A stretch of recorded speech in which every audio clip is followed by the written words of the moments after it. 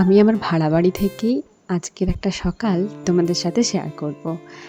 আজকের সকালটা দেখেছো কি ঝলমলে রোদ উঠেছে, চারদিকটা প্রচণ্ড সুন্দর পরিষ্কার, একটুও মেঘ নেই, আর প্রচণ্ড ঝলমলে একটা রোদ দিয়েছে।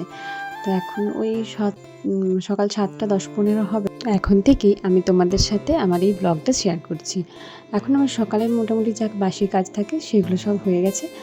এখন স্নানও হয়ে গেছে। এরপরে কয়েকটা জামা কাপড় আমার নিচেই অনেকটা উঠোনে অনেকটা জায়গা আছে, সেখানে শুকিয়ে যায়। তো আজকে ভাবলাম বেশ সুন্দর একটা রোদ দিয়েছে, একটা রোদে শুকিয়ে যাবে, তাহলে উপরে একটু দিয়ে আসি।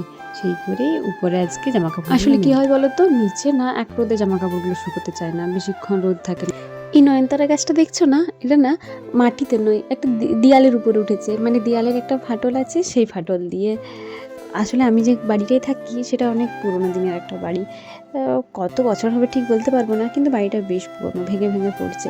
কিন্তু অনেকটা সুবিধা আছে। পুরোনো দিনের বাড়িগুলো ঠিক ভাড়া বাড়ি ফিল হয় না, অনেকটা নিজের বাড়ি ফিল হয়। ওই জন্যই এই বাড়িটায় থাকি। আমার প্রতিদিনের সকালটা না প্রচণ্ড ব্যস্ততার মধ্যে দিয়ে যায়। ওই সকাল 5:30 পৌনে 6টা ওইরকম সময় ঘুম থেকে ওঠা, তারপরে তাড়াহুড়ো করে সকালে যে কয়েকটা কাজ থাকে সেগুলো সেরে নিয়ে স্নান রান্না সব মিলে খুব তাড়াই থাকি আমি। এখন ওই 7:30টার মতো বাজে। আমার ওইদিকে জামা কাপড় মেলা হয়ে গেছে, রান্নার জন্য জল নেওয়া হয়ে গেছে। আমার এই বাড়িটায় না রান্নাঘর আলাদা কিছু নেই, একটা ছিল সেটাই ভেঙে ভেঙে পড়েছে। যেগুলোই থাকি সেগুলো সেরকমভাবে ভেঙে পড়ার মতো নয়, কিন্তু মানে এই রান্নার যে দিকটা ছিল সেদিকটা ভেঙে ভেঙে পড়েছে। আমার রান্না জেলে গেছে, এখন ওই 8:30 এরকম হবে। আমার ভাতটা লাগিয়ে আমি চাপিয়েছিলাম, স্নানটা করে আগে ভাত ডালটা চাপিয়ে দিই, তারপরেই জামা কাপড় মেলা মিলিয়ে সে বাকি কাজগুলো করি। তো এখন ভাত ডালটা অর্ধেক ফুটে এসেছে, সেটা নামিয়ে রেখেছি, এখন তরকারি চাপিয়েছি। এই দিকে আমি তরকারিতে নুন দিই। কে কে তোমরা এরকমভাবে নুন দাও গো 3বারে? মানে আমি না একবারে নুনটা ঠিক দিতে পারি না, মানে ঠিক করে উঠতে পারি না। ওই 3বারে একটু একটু করে দিয়ে মানে পুরোটা আন্দাজ করি। প্রতিদিন যে ঠিক হয় তাও সেটা নয়, কিন্তু বেশিরভাগ দিনই ঠিক হয়। এদিকে আমার রান্না মোটামুটি হয়ে এসছে।